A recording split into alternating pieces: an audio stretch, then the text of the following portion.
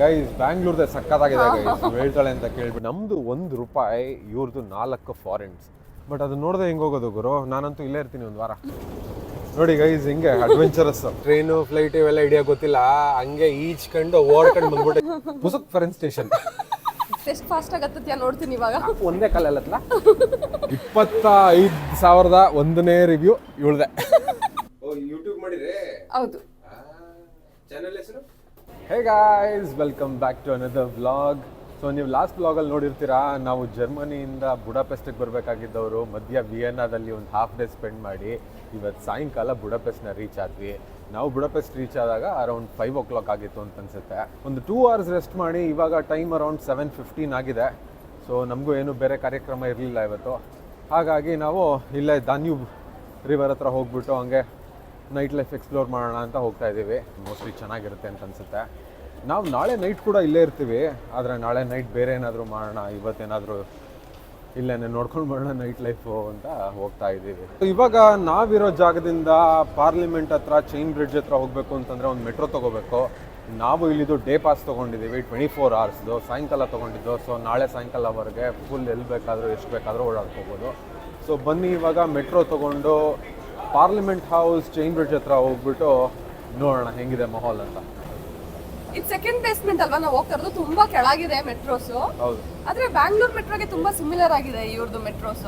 Guys ಬ್ಯಾಂಗ್ಳೂರ್ದೆ ಸಕ್ಕತ್ತಾಗಿದೆ guys ಹೇಳ್ತಾಳೆ ಅಂತ ಕೇಳ್ಬಿಟ್ಟು. ಆದ್ರೆ ಇದು ತುಂಬಾ ಹಳೇದಲ್ವಾ, ಸೊ ಇವ್ರು ಮಾಡಿರೋ ಟೈಮ್ಗೆ ಚೆನ್ನಾಗೇ ಮಾಡಿದ್ದಾರೆ. ಜರ್ಮನಿ ಅವ್ರದಕ್ಕೆಲ್ಲ ಕಂಪೇರ್ ಮಾಡಿದ್ರೆ ಇದು ಸ್ವಲ್ಪ ಹಳೆ ತರದ ಮೆಟ್ರೋನೇ, ಬಟ್ ಚೆನ್ನಾಗಿದೆ.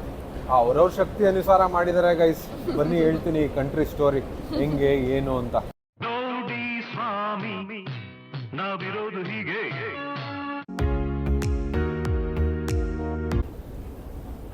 ಎಷ್ಟು ಒಂದು 4-5 ಫ್ಲೋರ್ ಹತ್ತದಂಗಿದೆ ಅಲ್ವಾ ಇದು ಎಸ್ಕಲೇಟರ್.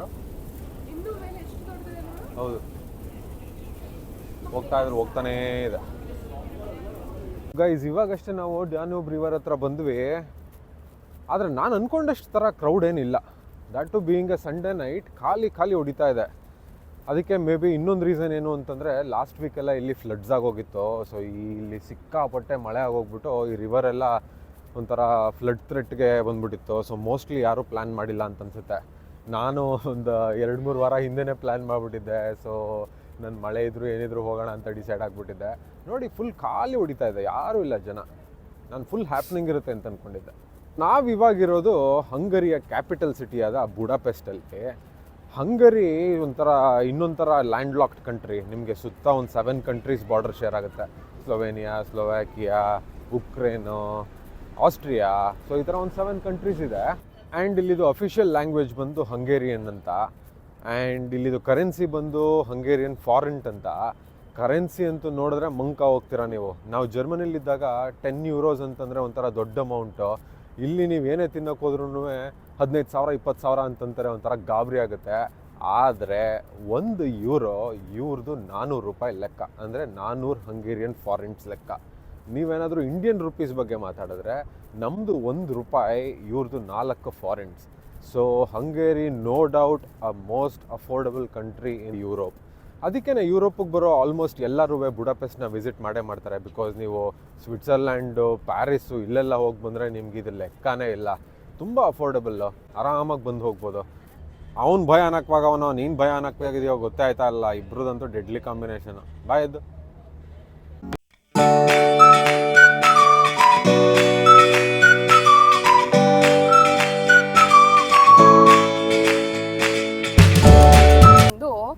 ಎರಡು ಸಿಟಿ ಇತ್ತು ಮುಂಚೆ, ಬುಡಾ ಆ್ಯಂಡ್ ಪೆಸ್ಟ್ ಅಂತ. ಅದ್ರ ಮಧ್ಯೆ ಡ್ಯಾನ್ಯೂಬ್ ರಿವರ್ ಅಂತ ಈ ರಿವರ್ ಮಧ್ಯದಲ್ಲಿ ಹರಿಯುತ್ತೆ. ಈ ರಿವರ್ ಮೇಲೆ ಈ ಹಿಂದೆ ಕಾಣಿಸ್ತಿದೆಯಲ್ಲ ಆ ಚೈನ್ ಬ್ರಿಡ್ಜ್ ಮಾಡಿ 150 years ಆಗಿದೆ. 150 years ಇಂದ ಆ ಬ್ರಿಡ್ಜ್ನ ಬಿಲ್ಡ್ ಮಾಡಿ 2 ಸಿಟಿನ ಕನೆಕ್ಟ್ ಮಾಡಿದಾಗ ಇದನ್ನ 1 ಸಿಟಿ ಅಂತ ಬುಡಾಪೆಸ್ಟ್ ಅಂತ ಕರೆಯೋಕ್ಕೆ ಸ್ಟಾರ್ಟ್ ಮಾಡಿದ್ರು. ಹೌದು, ನಾವಿವಾಗಿರೋದು ನಮ್ಮ ಹೋಟೆಲೆಲ್ಲ ಇರೋದು ಪೆಸ್ಟ್. ಸೊ ನೀವು ಆ ಸೈಡ್ ನೋಡ್ತಾ ಇರೋದು ಬೂಡಾ. ಸೊ ಬೂಡಾದಲ್ಲಿ ಆಲ್ಮೋಸ್ಟು ಹಿಸ್ಟಾರಿಕಲ್ ಬಿಲ್ಡಿಂಗ್ಸು ಆ ಥರ ಇದೆ. ಪೆಸ್ಟ್ ಬಂದು ಸ್ವಲ್ಪ ಈ ನೈಟ್ ಲೈಫು, ಸ್ವಲ್ಪ ಹ್ಯಾಪನಿಂಗು. ಇವತ್ತು ಆ್ಯಕ್ಚುಲಿ ನಾವು ಇಲ್ಲಿಗೆ ರೀಚ್ ಆದಾಗ ಮಧ್ಯಾಹ್ನ ಸ್ವಲ್ಪ ವೆದರ್ ಚೆನ್ನಾಗಿತ್ತು, ಗಾಳಿ ಇತ್ತು ಸಿಕ್ಕಾಪಟ್ಟೆ, ಆದರೆ ಬಿಸಿಲು ಇತ್ತು. ಇವಾಗ ಫುಲ್ಲು ಚಳಿ ಹೊಡಿತಾ ಇದೆ. ನಾವು ಇಲ್ಲಿ ಕ್ರೂಸ್ ಇದೆ, ಆ್ಯಕ್ಚುಲಿ ನೈಟ್ ಕ್ರೂಸ್ ಸಕ್ಕತ್ತಾಗಿರುತ್ತೆ. ಆದರೆ ನನಗೆ ನೋಡಬೇಕಾಗಿದ್ದು ಪಾರ್ಲಿಮೆಂಟ್ ಬಿಲ್ಡಿಂಗು ವಿತ್ ಲೈಟ್ಸು. ಆದರೆ ನಿಮಗೆ ಇಲ್ಲಿ ನನ್ನ ಹಿಂದೆ ಕಾಣ್ತಾ ಇದೆಯಲ್ಲ ಅದೇನೇ parliament building, but lights on ಆಗಿಲ್ಲ. ಸೊ ನನಗೆ ಯಾಕೋ ಸ್ವಲ್ಪ ಡೈಲೆಮ, ಇವತ್ತು ಹೋಗ್ಬೇಕಾ ನಾಳೆ ಹೋಗ್ಬೇಕಾ ಅಂತ ಯೋಚಿಸ್ತಾ ಇದ್ದೀವಿ. ಇನ್ನು ಏನು ಮಾಡೋಣ, ನಾಟ್ ಶೋರ್ ನಾಳೆನೂ ಲೈಟ್ಸ್ ಆನ್ ಆಗುತ್ತೆ ಅಂತ.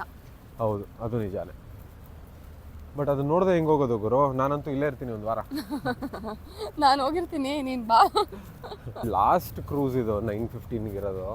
ನಾಳೆ ಪ್ರಾಬಬ್ಲಿ ನಾವು ಈವ್ನಿಂಗ್ ಒಂದು 6-7 ಹಂಗೆಲ್ಲ ಬಂದರೆ ಮಧ್ಯದಲ್ಲಿ ಯಾವುದಾದ್ರೂ ಒಂದು ಕ್ರೂಸ್ ಹೋಗೋ ಚಾನ್ಸ್ ಸಿಕ್ಕಿದ್ರು ಸಿಗ್ಬೋದು ನಮಗೆ. ಇವಾಗ ಸುಮ್ಮನೆ ಬೆಳಿಗ್ಗೆ ಎಲ್ಲ ಓಡಾಡಿದ್ದೀವಿ, ಅಷ್ಟೊಂದು ಸ್ಟ್ರೈನ್ ಮಾಡ್ಕೊಳ್ಳೋದು ಬೇಡ, ವಾಪಸ್ ಹೋಗ್ಬಿಡೋಣ ಅಂತ ನನಗೂ ಅನ್ನಿಸ್ತಾ ಇದೆ ನೀನು ಹೇಳಿದ್ಮೇಲೆ. ಹಾಗೆ ಒಂದು ಬೀಟ್ ಹಾಕ್ಕೊಂಡು ಆಮೇಲೆ ಊಟ ಗೀಟ ಮಾಡಿಕೊಂಡು ವಾಪಸ್ ಹೋಗೋಣ. ಆದರೂ ಯಾಕೋ ಊರಲ್ಲಿ ಜನನೇ ಇಲ್ಲ. ನಾನು ಅಂದ್ಕೊಂಡಿದ್ದೆ ಸಕ್ಕತ್ತಾಗಿರುತ್ತೆ, ಫುಲ್ ಹ್ಯಾಪ್ನಿಂಗ್ ಇರುತ್ತೆ ಈ ಜಾಗ ಎಸ್ಪೆಷಲಿ ಅಂತ, ಆದರೆ ಜನನೇ ಇಲ್ಲ ಗುರು ಇವತ್ತು. ನನ್ಗನ್ಸುತ್ತೆ ಸಮ್ಮರಲ್ಲಿ ತುಂಬ ಜನ ಬರ್ತಾರೆ ಅನ್ಸುತ್ತೆ, ಸಮ್ಮರ್ಲಿ ಇನ್ನೂ ಚೆನ್ನಾಗಿರುತ್ತೆ ಅಂತ ಅನ್ಸುತ್ತೆ. ಇವನಿಗೆ ಸಮ್ಮರ್ ಅಂದರೆ ಆಗಲ್ಲ, ಬಿಸಿಲಲ್ಲಿ ಎಲ್ಲೂ ಓಡಾಡಲ್ಲ, ಅದಕ್ಕೆ ಈಗ ಕರ್ಕೊಂಡ್ಬಂದಿದ್ದಾನೆ. ಯಾ ಸಮ್ಮರಲ್ಲಿ ಚೆನ್ನಾಗಿರುತ್ತೆ, ಬಟ್ ಬುಡಾಪೆಸ್ಟಿಗೆ ಬರೋಕ್ಕೆ ಬೆಸ್ಟ್ ಟೈಮು ವಿಂಟರ್ ಅಂತ ಅಂತಾರೆ. ವಿಂಟರ್ ಅಂತಂದರೆ ಪೀಕ್ ವಿಂಟರು. ಈ ಡಿಸೆಂಬರ್ ಕ್ರಿಸ್ಮಸ್ ಟೈಮ್ ಇದೆಯಲ್ಲ, ಕ್ರಿಸ್ಮಸ್ ಟೈಮಲ್ಲಿ ಸಿಕ್ಕಾಪಟ್ಟೆ ಕ್ರಿಸ್ಮಸ್ ಮಾರ್ಕೆಟ್ಸು, ಫುಲ್ ಸಿಟಿ ವೈಬೇ ಫುಲ್ ಚೇಂಜ್ ಆಗೋಗುತ್ತೆ ಅಂತಾರೆ. ನಾನು ಕೆಲವೊಂದು ಬ್ಲಾಗ್ಸ್ ಕೂಡ ನೋಡಿದ್ದೀನಿ. ಕ್ರಿಸ್ಮಸ್ ಟೈಮಲ್ಲಿ ಅಮೇಝಿಂಗ್ ಇರುತ್ತೆ, ಬಟ್ ಅಷ್ಟೇ ಚಳಿ ಇರುತ್ತೆ. ಚಳಿ ತಡ್ಕೊಳಕ್ಕೆ ರೆಡಿ ಇದ್ದರೆ ಖಂಡಿತ ಕ್ರಿಸ್ಮಸ್ ಟೈಮಲ್ಲಿ ಪ್ಲ್ಯಾನ್ ಮಾಡಿ, ಬುಡಾಪೆಸ್ಟ್ ಸಕ್ಕತ್ತಾಗಿರುತ್ತೆ. ಹೌದು, ನಾನು ಒಬ್ಬನೇ ಬರಲ್ಲ ಗೈಸ್, ಹೇಳಿ ಕಮೆಂಟ್ ಬಾಕ್ಸಲ್ಲಿ, ಸೋಲೋ ಟ್ರಿಪ್ ಮಾಡ್ತೀನಿ ಒಂದು. ಇಲ್ಲಿ ಹ್ಯಾಪ್ನಿಂಗ್ ಇಲ್ಲದೆ ಇರೋದಕ್ಕೋ ಏನೋ ನನಗಂತೂ ಎನರ್ಜಿನೇ ಇಲ್ಲ, ಏನೋ ಒಂಥರ ಬ್ಲ್ಯಾಂಡ್ ಅನ್ನಿಸ್ತಾ ಇದೆ ಜಾಗ ಇದು. ನಾವು ವಿಯನ್ನಾಗಿ ಹೋಗಿ ಬಂದಿದ್ದೀವಲ್ಲ, ಸುತ್ತಾಡಿ ಸುಸ್ತಾಗಿ ಹೋಗ್ಬಿಟ್ಟಿದೆ ಅನಿಸುತ್ತೆ ನಿಮಗೆ. ಅದು ನಿಜನೇನೆ.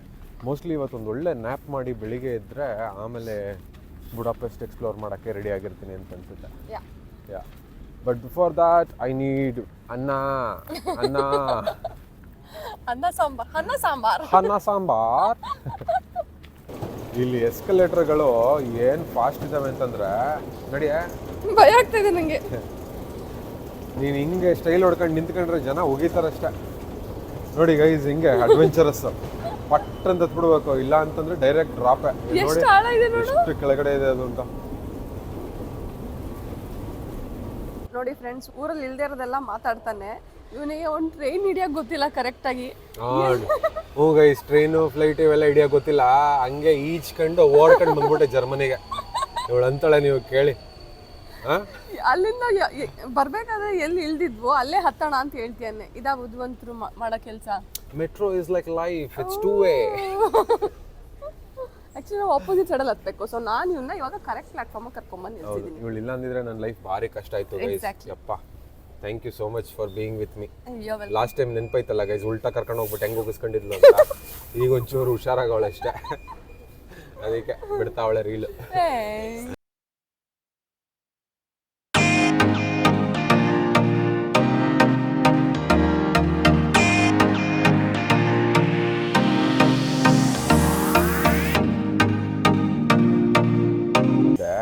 ಆದರೆ ಇವ್ರ ಭಾಷೆ ಮಾತಾಡೋದಿರ್ಲಿ, ಈ ಸ್ಟೇಷನ್ ನೇಮ್ಗಳೇ ಓದಕ್ಕಾಯ್ತಾ ಇಲ್ಲ ಗೈಸ್. ನಾವು ಅದಕ್ಕೇನೆ ನಮ್ಮ ಕನ್ನಡ ಭಾಷೆಗೆ ಅಡ್ಜಸ್ಟ್ ಆಗಂಗೇನೋ ಇಟ್ಕೊಬಿಟ್ಟಿದ್ದೀವಿ. ಇವ್ರದ್ದೇನೋ ಡೈಲಿ ಪಡಿವುಡಾರ್ ಅಂತೇನೋ ಇತ್ತು, ಅದನ್ನ ನಾವು ಡೈಲಿ ಪಲ್ಯದವ್ರು ಅಂತ ಮಾಡ್ಕೊಬಿಟ್ಟಿದ್ದೀವಿ. ಇವಾಗ ಈಸಿ ನಮಗೆ ಕನ್ನಡಗೆ ಟ್ರಾನ್ಸ್ಲೇಟ್ ಮಾಡ್ಕೊಬಿಟ್ಟಿದ್ದೀವಿ. ಇವ್ರನ್ನೆಲ್ಲ ಕಿಜಾರತ್. ಒಂಥರ ಓದಕ್ಕೇನೆ ಡಿಫಿಕಲ್ಟ್ ಆಗೈತೆ ಹಂಗೇರಿಯನ್. ಹೌದು, ಆಮೇಲೆ 4-5 ಥರ ಇದೆ ಇವ್ರ ಹತ್ರ. ಆ ತಲೆ ಮೇಲೆಲ್ಲ ಕೊಂಬು ಡಾಟು ಹಾಕ್ತಾರೆ ಗೈಸ್, ಅದನ್ನ ಬೇರೆ ಬೇರೆ ತರ ಓದ್ಬೇಕಂತೆ. ನಮ್ಗೇನು ಗೊತ್ತು ಅಲ್ವಾ?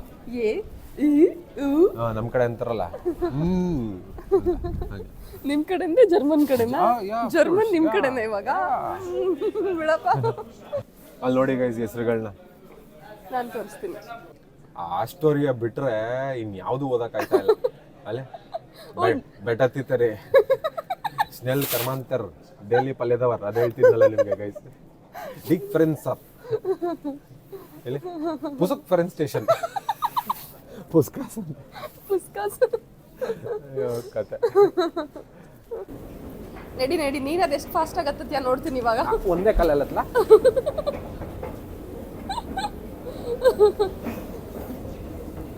ಓ ಮೈ ಗಾಡ್.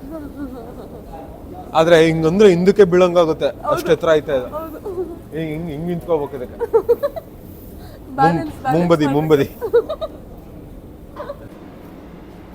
ನೋಡಿ ಗೈಸ್, ಈ ಸ್ಟೇಷನ್ನ ನಮ್ಮ ಮೆಟ್ರೋ ಸ್ಟೇಷನ್ ಥರ ಐತೆ ಅಂತಂತಾವಳೆ. ನಮ್ಮ ಮೆಟ್ರೋ ಸ್ಟೇಷನ್ ಏನು ನೀಟಾಗೈತೆ, ಇದೆಷ್ಟು ಗಲೀಜಾಗೈತೆ. ಹಾಂ, ಮನ್ಸಾದ್ರೂ ಹೆಂಗೆ ಬರುತ್ತೆ ನಿಂಗೆ? ಇವಾಗ ನೋಡಿದ್ರೆ ಸ್ವಲ್ಪ ಮೆಜೆಸ್ಟಿಕ್ ಥರ ಅನ್ನಿಸ್ತಾ ಇದೆ. ಗೈಸ್ ಇವಾಗ ಹಿಡಿದ್ಲು ನೋಡಿ. ಸೊ ನಾವಿವಾಗ ನಮ್ಮ ಹೋಟೆಲ್ಗೆ ಆಲ್ಮೋಸ್ಟ್ ಹತ್ರ ಬಂದಿದ್ದೀವಿ. ಆದರೆ ಇಲ್ಲಿ ಯಾವುದೋ ಹೋಟೆಲ್ ನೋಡಿದಾನಂತ ಇವನು ಡಿನ್ನರ್ಗೆ. ಆ ಹೋಟೆಲ್ಗೆ 25,000 ರಿವ್ಯೂ ಇದೆಯಂತೆ. ಸೊ ಸಕ್ಕತ್ತಾಗಿದೆ ಅಂತ ಹೇಳ್ಬಿಟ್ಟು ಕರ್ಕೊಂಡು ಹೋಗ್ತಾ ಇದ್ದಾನೆ. ನೋಡೋಣ ಹೇಗಿರುತ್ತೆ ಅಂತ. ಬಾಬಾ ಅದನ್ನ ತಿನ್ನಕ್ಕೆ ಅಂತಾನೆ ಬುಡಾಪೆಸ್ಟ್ ಹುಡ್ಕೊ ಬರ್ಬೇಕು ನೀನು ನೆಕ್ಸ್ಟ್. ಹೌದಾ? ಆ ಥರ ಇರುತ್ತೆ. Let's see. ಯಾಸ್. ಮತ್ತು ಇನ್ನೊಂದು ವಿಷಯ ಏನು ಅಂತಂದರೆ, ಇವ್ರದ್ದು ಕರೆನ್ಸಿ ಬೇರೆ ಆದ್ರೂ ನೀವು ಯೂರೋಸನ್ನ ಇಲ್ಲಿ ಕೊಡ್ಬೋದು. ಯೂರೋಸ್ ತೊಗೋತಾರೆ ಮೋಸ್ಟ್ಲಿ. ಕಾರ್ಡಲ್ಲಿ ಪೇ ಮಾಡಿದ್ರೆ ಬೆಟರು. ಬಟ್ ನಿಮ್ಮ ಹತ್ರ ಯೂರೋಸ್ ಕ್ಯಾಶಲ್ಲಿದೆ ಅಂತಂದರೆ ತೊಗೋತಾರೆ. ಅವ್ರೇನಾದರೂ ಚೇಂಜ್ ಕೊಡಬೇಕಾದ್ರೆ ನಿಮಗೆ ಫಾರೆನ್ಸಲ್ಲೇ ಕೊಡ್ತಾರೆ. ಸೊ ಇದು ಇವ್ನು ಕರ್ಕೊಂಡು ಬಂದಿರೋ ರೆಸ್ಟೋರೆಂಟು. ಅದೇ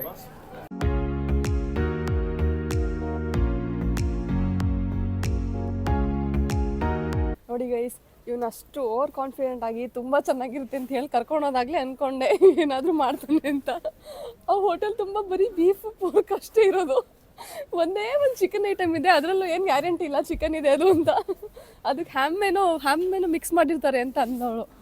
ಸೊ ಹೋಗಿ ಟೇಬಲ್ ತೊಗೊಂಡು ಒಂದು ಕಪ್ ನೀರು ಕುಡಿದ್ಮೇಲೆ ಮೆನು ನೋಡಿ ನನಗೆ ಬೇಡ ಅಂತ ವಾಪಸ್ ಬಂದ್ಬಿಟ್ವು. ಇವಕ್ಕೆಲ್ಲ ಎಲ್ಲಿ ಗೈಸ್, ಅವಳು ಪಿಜ್ಜಾ ಅಂತಂದಾಗ್ಲೇ ನಾನು ಅನ್ಕೋಬೇಕಿತ್ತು ಇವಳು ಎಲ್ಲಿದ್ದಾಳೆ ಅಂತ. ನಾನು ಗಾರ್ಡನ್ ರ್ಯಾಮ್ಸೆ ಲೆವೆಲ್ಗೆ ಕರ್ಕೊಂಡು ಹೋದ್ರೆ ನೀನ್ ತಿನ್ಬೇಕಿತ್ತು. ಮತ್ತೆ ನಾನು ತಿಂತಾ ಇದ್ದೆ. ಅವಳು ಎಷ್ಟು ಹಿಂಸೆ ಮಾಡಿದ್ಲು ಗೊತ್ತಾ ಗೈಸ್ ನನಗೆ. ಆಯಿಸ್ಟರ್ಸ್ ತಿನ್ನು ಸಕ್ಕತ್ತಾಗಿದೆ ಅಂತ. ನಾನು ಅಂದೆ ಹೇಳೋದೆಲ್ಲ ತಿನ್ನಲ್ಲ, ನಾಳೆ ಒಬ್ಬನೇ ಬರ್ತೀನಿ ಅಂತಂದೆ. ಆಯ್ತು ಒಂದು ನೀರು ಕೊಟ್ಟು ಕಳ್ಸಿದ್ಲು.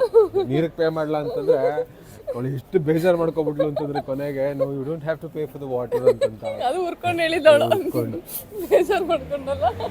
25,000 ಒಂದನೇ ರಿವ್ಯೂ ಇವಳ್ದೆ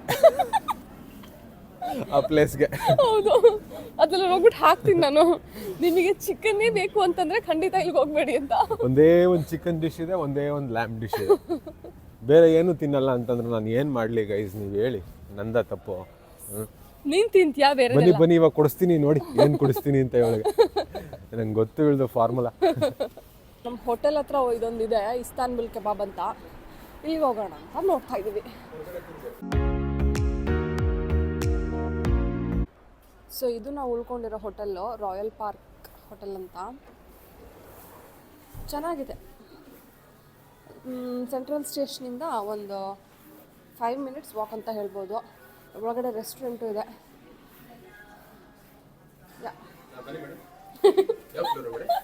5th ಫ್ಲೋರ್ ಪ್ಲೀಸ್.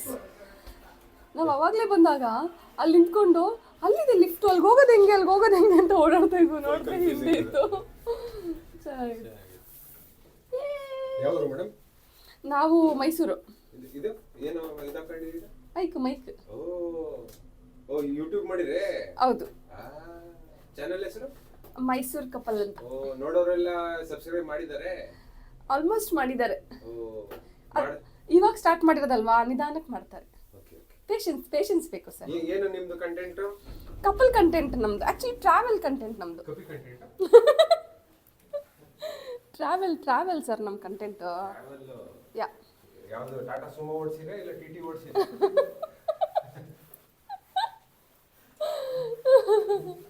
ಯಾವ್ದು ಮಾಡುತ್ತೆ ಅದನ್ನು ಓಡಿಸ್ತೀವಿ.